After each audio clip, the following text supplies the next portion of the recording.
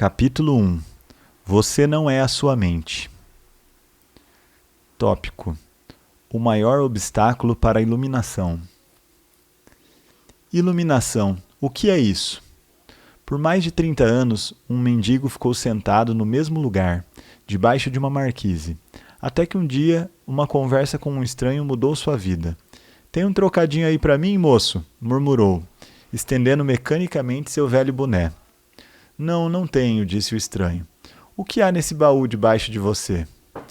Nada, isso aqui é só uma caixa velha. Já nem sei há quanto tempo sento em cima dela. Nunca olhou o que ela tem? Perguntou o estranho. Não, respondeu. Para quê? Não tem nada. Dá uma olhada dentro, insistiu o estranho, antes de ir embora. O mendigo resolveu abrir a caixa.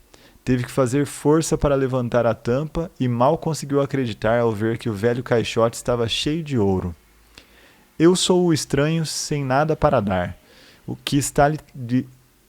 Eu sou o estranho sem nada para dar, que está lhe dizendo para olhar para dentro. Não de uma caixa, mas sim de você mesmo. Imagino que você esteja pensando, indignado. Mas eu não sou um mendigo. Infelizmente, todos que ainda não encontraram a verdadeira riqueza, a radiante alegria do ser e uma paz inabalável, são mendigos, mesmo que possuam bens e riqueza material. Buscam do lado de fora migalhas de prazer, aprovação, segurança ou amor, embora tenham um tesouro guardado dentro de si, que não só contém tudo isso, como é infinitamente maior do que qualquer coisa oferecida pelo mundo. A palavra iluminação transmite a ideia de uma conquista sobre-humana, e isso agrada ao ego, mas é simplesmente o estado natural de sentir-se em unidade com o ser. É um estado de conexão com algo imensurável e indestrutível. Pode parecer um paradoxo, mas esse algo é essencialmente você, e ao mesmo tempo é muito maior do que você. A iluminação consiste em encontrar a verdadeira natureza por trás do nome e da forma.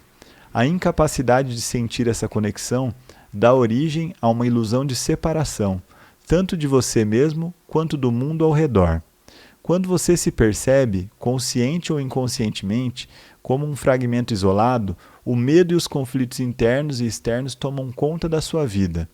Adoro a definição simples de Buda para a iluminação. É o fim do sofrimento. Não há nada de sobre-humano nisso, não é mesmo? Claro que não é uma definição completa. Ela apenas nos diz o que a iluminação não é. Não é sofrimento. Mas o que resta quando não há mais sofrimento? Buda silencia a respeito, e esse silêncio implica que teremos de encontrar a resposta por nós mesmos. Como ele emprega uma definição negativa, a mente não consegue entendê-la como uma crença, ou como uma conquista sobre-humana, um objetivo difícil de alcançar. Apesar disso, a maioria dos budistas ainda acredita que a iluminação é algo apenas para Buda e não para eles próprios, pelo menos não nessa vida. Pergunta: você usou a palavra ser. Pode explicar o que quer dizer com isso? Ser é a eterna e sempre presente vida única, que existe além das inúmeras formas de vida sujeitas ao nascimento e à morte. Entretanto, o ser não está apenas além, mas também dentro de todas as formas, como a mais profunda, invisível e indestrutível essência interior.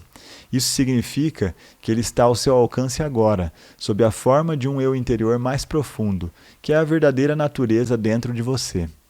Mas não procure apreendê-lo com a mente. Não tente entendê-lo. Só é possível conhecê-lo quando a mente está serena. Se estiver alerta, com toda a sua atenção voltada para o agora, você até poderá sentir o ser, mas jamais conseguirá compreendê-lo mentalmente. Recuperar a consciência do ser e submeter-se a esse estado de percepção dos sentidos é o que se chama iluminação. Aqui tem uma pausa.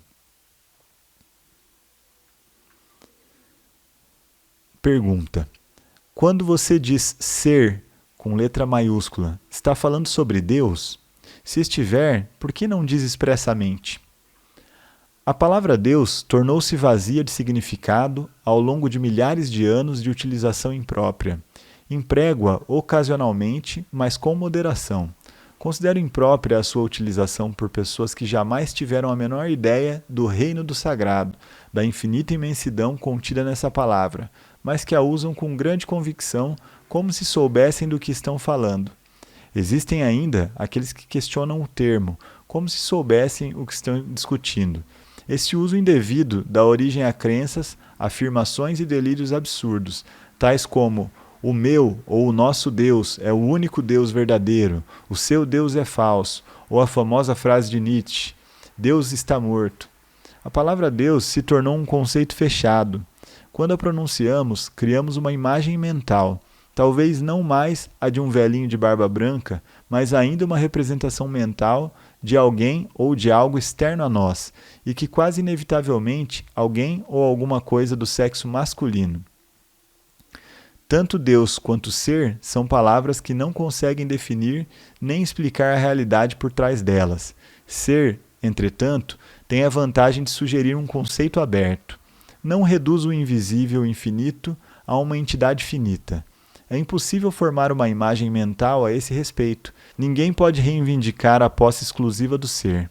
É a sua essência, tão acessível como sentir a sua própria presença, a realização do eu sou, que antecede o eu sou isso ou eu sou aquilo. Portanto, a distância é muito curta entre a palavra ser e a vivência do ser. Pausa.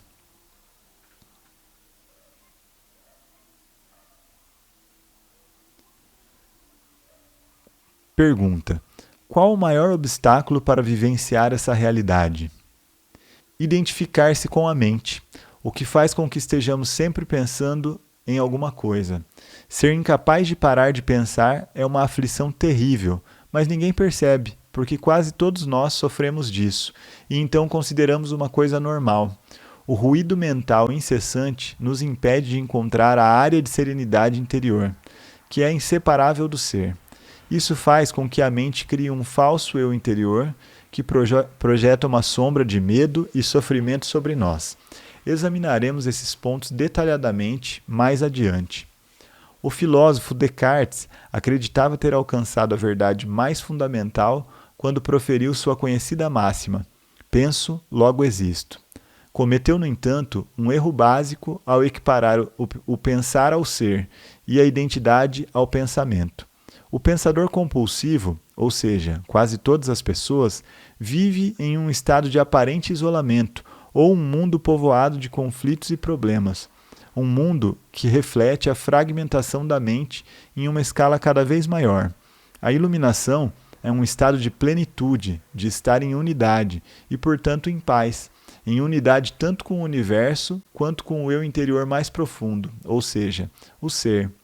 A iluminação é o fim não só do sofrimento e dos conflitos internos e externos permanentes, mas também da aterrorizante escravidão do pensamento. Que maravilhosa libertação! Se nos identificarmos com a mente, criamos uma tela opaca de conceitos, rótulos, imagens, palavras, julgamentos e definições que bloqueia todas as relações verdadeiras. Essa tela se situa entre você e o seu eu interior, entre você e o próximo, entre você e a natureza, entre você e Deus. É essa tela de pensamentos que cria uma ilusão de separação, uma ilusão de que existe você e um outro totalmente à parte. Esquecemos o fato essencial de que, debaixo do nível das aparências físicas, formamos uma unidade com tudo aquilo que é. Por esquecermos, quero dizer que não sentimos mais essa unidade como uma realidade evidente por si só. Podemos até acreditar que isso seja uma verdade, mas não mais a reconhecemos como verdade. Acreditar pode até trazer conforto, no entanto, a libertação só pode vir através da vivência pessoal. Pensar se tornou uma doença. A doença acontece quando as coisas se desequilibram. Por exemplo, não há nada de errado com a divisão e a multiplicação das células no corpo humano. Mas, quando esse processo acontece sem levar em conta o organismo como um todo, as células se proliferam e temos uma doença. Se for usada corretamente, a mente é um instrumento magnífico. Entretanto, quando a usamos de forma errada, ela se torna destrutiva. Para ser ainda mais preciso, não é você que usa a sua mente de forma errada. Em geral, você simplesmente não usa a mente. É ela que usa você. Essa é a doença.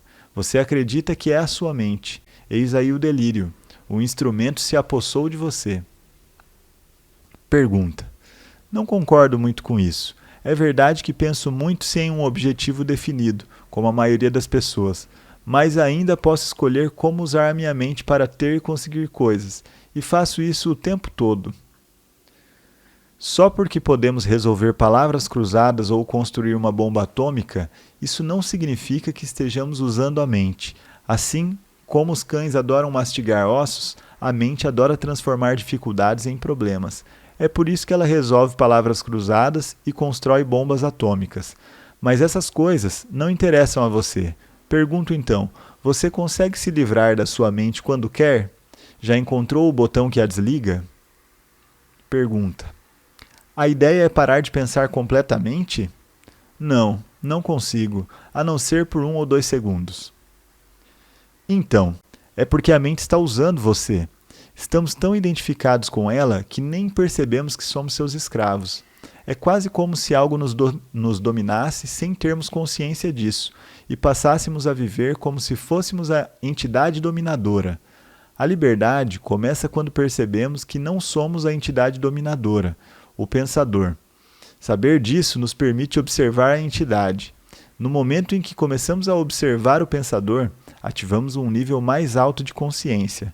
Começamos a perceber, então, que existe uma vasta área de inteligência além do pensamento e que esse é apenas um aspecto diminuto da inteligência. Percebemos também que todas as coisas realmente importantes, como a beleza, o amor, a criatividade, a alegria e a paz interior, surgem de um ponto além da mente. É quando começamos a acordar.